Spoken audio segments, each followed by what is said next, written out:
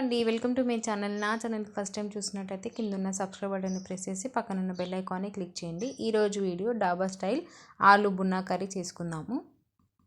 ఇప్పుడు ఆలు, టమాటో, ఆనియన్ని కట్ చేసి తీసుకున్నాను. ఇప్పుడు ప్యాన్ తీసుకొని ప్యాన్లో తగినంత ఆయిల్ వేసుకొని ఆయిల్ హీట్ అయ్యాక కడిగి పెట్టుకున్న ఆలును కూడా వేసుకొని లో ఫ్లేమ్లో పెట్టుకొని బాగా ఫ్రై చేసుకోవాలి.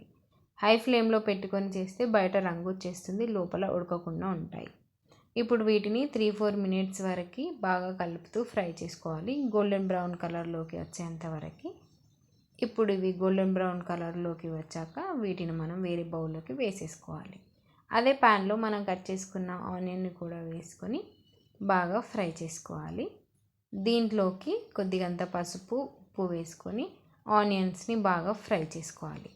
2-3 మినిట్స్ తర్వాత ఆనియన్స్ ఫ్రై అవుతాయి. ఇప్పుడు దీంట్లోకి అల్లం వెల్లుల్లి పేస్ట్ కూడా వేసుకొని మరో 2 మినిట్స్ వరకు ఫ్రై చేసుకోవాలి. ఇప్పుడు మనం పచ్చి బఠానీని నానబెట్టుకున్న వాటిని తీసుకొని ఆనియన్లోకి వేసేసుకోవాలి.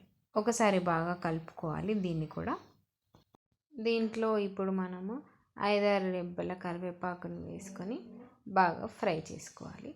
ఇది ఫ్రై అయ్యేంతలోపు మనము టమాటాలను తీసుకోవాలి. వీటిని మిక్సీ జార్లోకి వేసుకొని మిక్సీ పట్టుకోవాలి. ఇది ఫ్రై అయ్యాక టమాటో పేస్ట్ని కూడా వేసేసి బాగా ఆనియన్ టమాటో పేస్ట్ని మిక్స్ అయ్యేలాగా కలుపుకోవాలి. ఇలా కలుపుకున్న తర్వాత 2-3 మినిట్స్ వరకు మూత పెట్టి ఉడకనివ్వాలి. దీన్ని మూత తీసి చూస్తే ఆల్మోస్ట్ ఉడికిపోతుంది. ఇప్పుడు దీంట్లోకి తగినంత ఉప్పు, తగినంత కారం, గరం మసాలా, ధనియా పౌడర్ వేసేసుకొని కలుపుకోవాలి.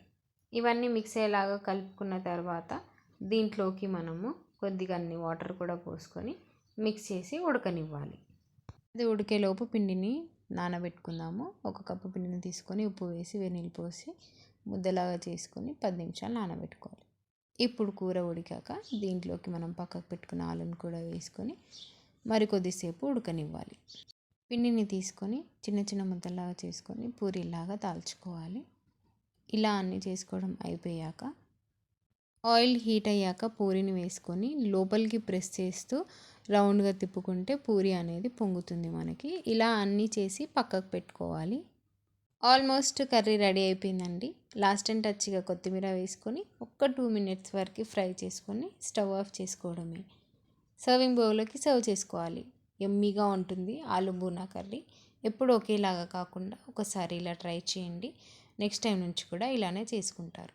ఈ వీడియో మీకు నచ్చినట్లయితే ఒక లైక్ చేసి షేర్ చేయండి. మరెన్నో వీడియోస్ కోసం నా ఛానల్ని సబ్స్క్రైబ్ చేసుకోండి.